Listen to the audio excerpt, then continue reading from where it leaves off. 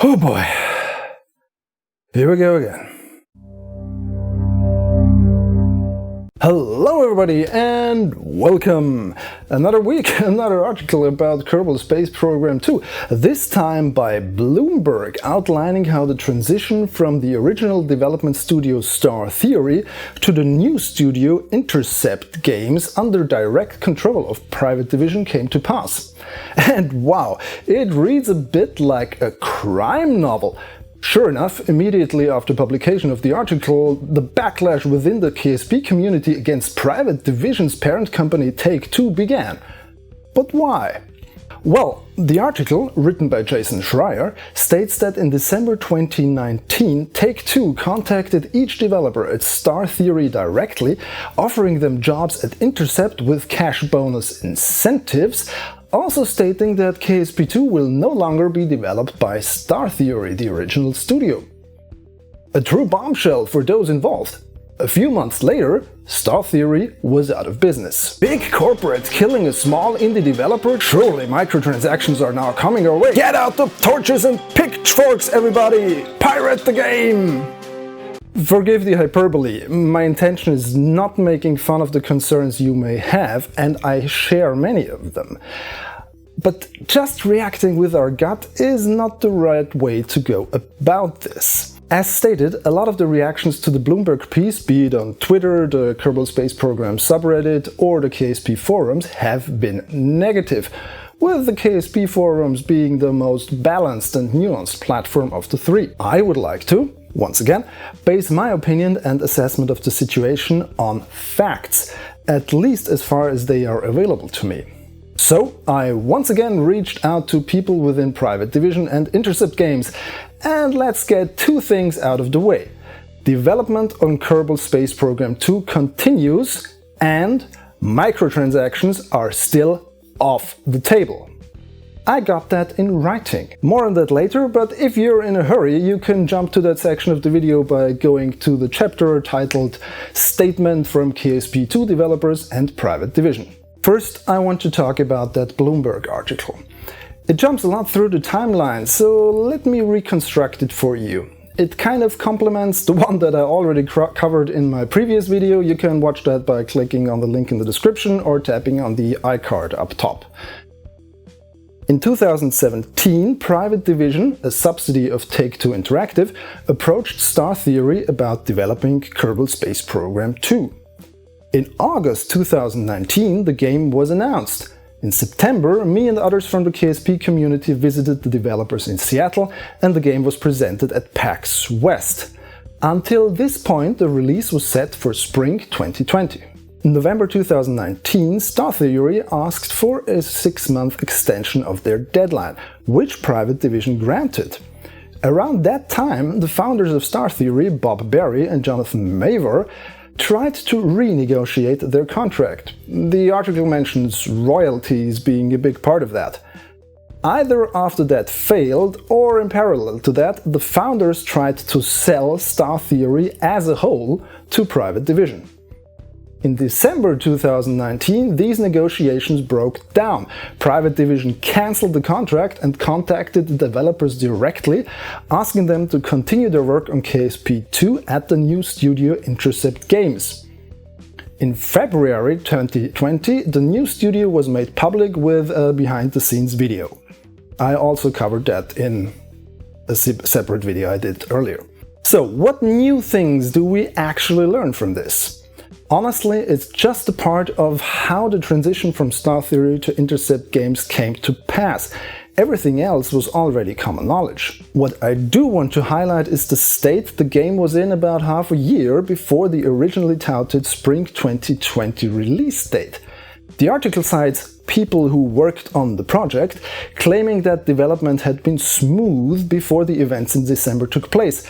But most of the footage published until then was labeled pre-alpha gameplay, and when I saw the game directly, I caught just a few glimpses of the improved editor and user interface. I also detailed that new UI in a separate video. And by the way, yes, I have now confirmation that there will be an option to have the nav ball in the center of the screen, not just on the left, so that should alleviate concerns from some of you. Anyways, back in autumn, the game appeared to be in a very early stage. Usually, when a game is just half a year away from release, there's more meat to it, maybe even a demo or early access beta. I now want to focus on where things went sideways for Star Theory. The pivotal moment in this story for me is the part where the studio founders Barry and Maver tried to sell their company to Private Division. Let's stop and think about this rationally as best as we can. Imagine being Take-Two or Private Division for that matter. The article doesn't really differentiate between these two entities. You have contracted a studio to develop your intellectual property, in this case Kerbal Space Program 2. You're overall happy with the results being delivered, but then the deadline gets pushed back. In itself not that unusual, and on top of that your contractor tries to sell their entire business to you while renegotiating the terms of your contract. Unfortunately, the Star Theory founders did not comment on these proceedings for the article, neither did Take-Two, so we have no idea what really went on during these negotiations. What we do know is that Barry and Maver told their employees that they were not happy with the terms Take-Two offered for Star Theory in an all-hands meeting after Take-Two had already cancelled the project and started to contact KSP2 developers, offering them new jobs to continue their work at Intercept Games. Yes, this was in fact a hostile takeover, and you can assume sinister motives on Take-Two's behalf. Maybe deciding it would be cheaper to just poach the developers and have more control in their own studio than buying Star Theory or building up a completely new team. Insert evil puppet master theme here. Or maybe this was simply a case of high-stakes business poker gone wrong, with Barry and Maver speculating on a lucrative management buyout and Take-Two calling their bluff. Since neither the Star Theory founders nor Take-Two are sharing their motives, we are left to make assumptions. The truth is out of reach, unfortunately. A few additional assumptions about Take-Two's or Private Division's approach to that matter can be made based on observations. The article states that creative director Nate Simpson, senior producer Nate Robinson and studio head Jeremy Abels immediately, direct quote, accepted the offer to work at Intercept Games.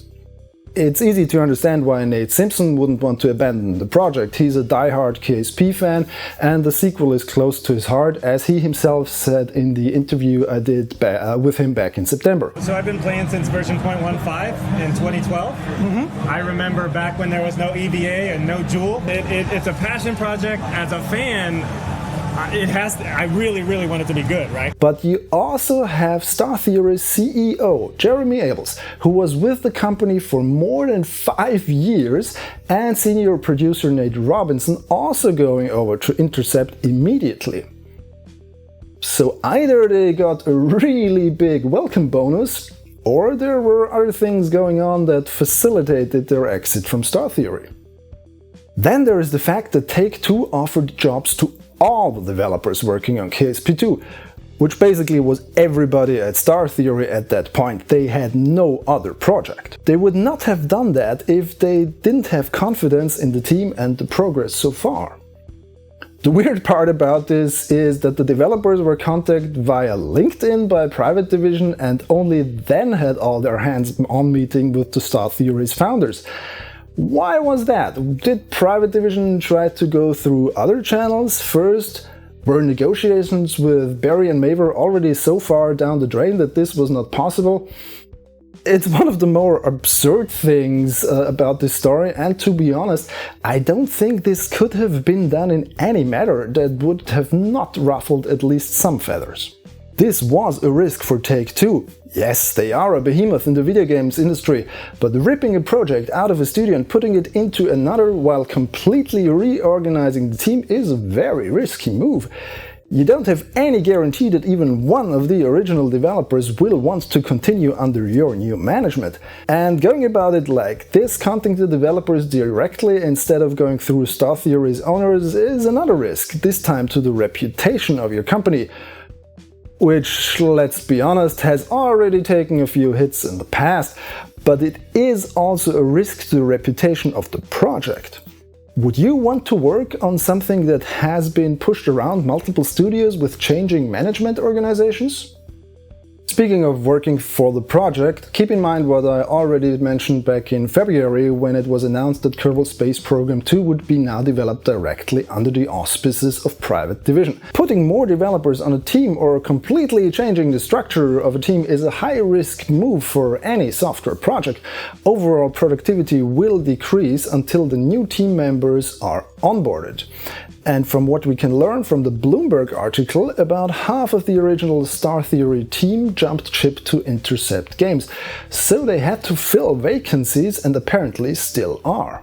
Take-Two surely has known this beforehand, and they also must have known that the events of December 2019 would come to light sooner or later. Therefore, I have to assume their expectations of KSP2 becoming a success were rated higher than the fallout from these risks combined. Yes, the fact that Star Theory in the end had to shut down and became the next entry in a long list of small studios being destroyed while or after working on a project for a large publisher is very sad. I also feel bad for the developers that didn't join the KSP2 team over at Intercept and were not able to get any new projects off the ground. I really hope they will find work soon, despite the current pandemic situation. The question remains, how is Private Division treating the KSP2 developers and how much influence does Take-Two's indie publisher exert on them? I asked them to comment, and creative director Nate Simpson himself replied this via email. I'm very happy with the current team and the state of the project. Nothing about our plans for the game has changed. We've said before, and this continues to be the case, there are no microtransactions, no freemium stuff, no DRM for single player. I think Private Division has demonstrated a heartening willingness to give this game the time and resources that it needs to be the great game that I, as a fan, want it to be. We value our relationship with the community above all else, and we wouldn't do anything to jeopardize that. We're still pursuing the same grand vision we had for the game at the outset, and I've only gotten more excited about what we're building over time. Okay, a short while after I recorded this video, Nate Simpson took to the KSP forums and wrote a post with basically the same message, but with a bit more explanation. I recommend you go read it in full, I have linked it in the video description. I think this was the right move, because in any controversial situation, the only way out, at least in my experience, is transparency and open communication. That being said, we will probably never hear a comprehensive account of the events that transpired during the transition from Star Theory to Intercept Games. Nate and the people currently working on KSP2 are likely bound by NDAs, and I'm pretty sure we will not hear an official statement from Private Division on their internal business dealings. So don't get your hopes up that any of them will come out and say, yeah, we know it looks bad, but we did it because of this and that. I pressed Nate on the microtransactions part and he clarified. No microtransactions or freemium stuff anywhere in the game, in single or multiplayer. That is in line with what the team said back in September. It was almost the exact verbiage, so at least in this regard the parameters for KSP2 have not changed. No DRM for single player does leave an option for DRM on multiplayer, and I can see from a business standpoint why that might be something a publisher would want in a game. Another contact within Private Division confirmed to me that in addition to more than half the original team, they have in the meantime augmented the team with new developers, and their plans remain the same in that they aim to produce the best KSP sequel possible. I also got confirmation, as I mentioned earlier, that the new user interface will feature an option to put the nav ball in the center, more in line with what KSP veterans are used to. This, in combination with other things I heard and witnessed myself in autumn, makes me say with some confidence that the people working on KSP really care about the game and about the community behind it. They do listen and they try to accommodate the fans as much as they can. The navball option may be a small thing, but it is a direct reaction to your feedback. But yes, they are still dependent on what limits the publisher sets for them. Let's try to condense all of this. Star Theory had been working on KSP for 2 years. The game was delayed. Star Theory's founders wanted to sell the company to Take-Two. They could not agree on terms. According to the founders, Take-Two cancelled their relationship with Star Theory and took over half of the development team. The team now works under the name Intercept Games, and KSP2 is pushed back until fall 2021. If you still have those pitchforks gripped tight and your torches burning brightly, think about this. Kerbal Space Program 2 has always been the intellectual property of Take-Two. The end result would have been mostly the same. Take-Two, or rather Private Division, in direct control of KSP2's development and a delayed release past the original spring 2020 date. Yes, you could argue that maybe more of the original team would have potentially stayed on board if the sale of Star Theory to Private Division had gone through, but there would have been developers dropping out regardless. Not everybody wants to work directly for a large publisher, and the article quotes a former Star Theory employee saying as much. Personally, I do have concerns, but I have had them since the announcement of the new studio back in February, and those concerns have increased with the announced delay mid-May. Something that bothers me, for instance, is that they are currently looking to hire a multiplayer designer. What exactly should that person do? Is the announced multiplayer mode even at a stage where you can play with it? So far the developers were very tight-lipped about that. I'm not currently able to give any specifics around multiplayer. Okay. Other than to say, as we've been testing it internally, I have never heard people laugh so hard. Nevertheless, I'm still hoping for the game to turn out great. I still believe that the right people are on the job. And as I stated in my previous video, I think the fall 2021 deadline is something they could actually achieve. Calls for boycott are too early, in my opinion. Keep in mind, not everything went smooth with the first KSP. Back in 2016, the game's original creator, Philippe Falang, better known in the community as Harvester, left the development team to much outcry. A few months later, some co-developers followed him, raising concerns in the community further. There were rumors and speculations, and some people back then also believed this was the end for the game. But here we are now in 2020, and update 1.10 is around the corner. Kerbal Space Program is alive and well. Another interesting side note, Scott Manley unearthed some old comments on Steam in regards to Star Theory back when KSP2 was announced in August last year. Apparently people were not completely happy with the studio selection back then either. Finally, let me talk about the topic of journalism. I feel confident to talk about that because my day job for many years was being an editor for a national newspaper. Every article, every bit of media for that matter, including this video, is approached with the personal bias inherent to the author or creator. Everybody has these biases and they influence how we react to and talk about subjects, most of the time unconsciously. If you look at how certain things are worded in a Bloomberg article, it appears to me that Jason Schreier approached the story from a "poor indie guys, they didn't deserve that" mindset. The article begins with, "One Friday evening last December, employees of game designer Star Theory each received the same unusual recruitment message over LinkedIn. It struck them as bizarre for 2 reasons." Okay, it struck them as bizarre. Who is them? All of the employees, or just the few that Schreier was able to talk to? If you look at the rest of the article, most of the comments are from former Star Theory employees. Of course they are not happy with how things turned out. Who would be in their place? This is now their bias coming through in their comments, understandably.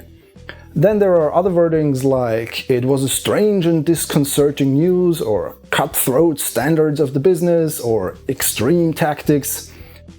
This makes it clear to me that the article is not intended as a mere report of the things that happen, but Schreier wants to tell a story.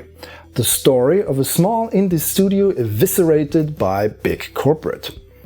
Also look at how he promoted the article on Twitter. "My first big story for Bloomberg is a wild one." I hope this does not come across as me trying to discredit Schreier. Far from it, I applaud him for getting that much information out of the events that transpired. I myself tried to find out more about the dealings that led to the transaction from Star Theory to Intercept Games back in February, but I hit many brick walls on that end. Again, every type of media, be an article, a news broadcast, or yes, also my videos, every type of media is produced with at least some type of bias. There is no objective truth in media. The only thing you as a journalist can do is try to be as fair as possible, get as many facts as possible, and have the guts to accept facts that are not in line with your own confirmation bias. The latter part has become a huge problem in media in general over the past 10 years, by the way. Or maybe I was not aware of it before that. Based on the information available to him, I do believe that Schreier wrote a really solid article, but with a certain picture he wanted to paint. It was also his first big piece for Bloomberg, so he probably had a big incentive to make it as exciting as possible. And yes, we also need to talk about my own biases. I have lived through 5 or more corporate takeovers and organizational restructurings, some hostile, some friendly, none of them smooth. What happened to Star Theory pales in comparison to some of the things I had to witness during some of those transitions. One led to me throwing in the towel together with more than half of the team without any lucrative guaranteed gig in our pockets. So forgive me if I'm already too old or jaded to get worked up about these kind of proceedings. Also, yes, I want Kerbal Space Program 2 to succeed. Maybe this clouds my judgment and this bias makes me rationalize away bad behavior on the side of Take-Two. I'm only human after all. So, what is your take on this? Greedy evil corporate giant destroying brave little indie studio? Or project in danger saved by intervention of an experienced publisher? Something else? Can we trust the passion of fans like Nate Simpson working on the project to make it right? Sound off in the comments, I would like to know your point of view. Or join me on my Discord, link in the description. If there is anything I want you to take away from this story, it is this. If your initial reaction to something you hear or read is really visceral and intense, step back for a while and think. If the topic is important to you, try to distill the facts from the fluff. Try to become aware of the biases that influence your own decisions, and only then try to make an informed judgment about what's going on. As stated above, this applies to any matter. I sincerely hope the next time I have something to say about Kerbal Space Program 2, it is more about its gameplay and new content that it brings. Hopefully with less outrage.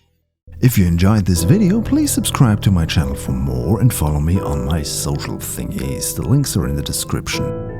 Thanks for watching. Goodbye.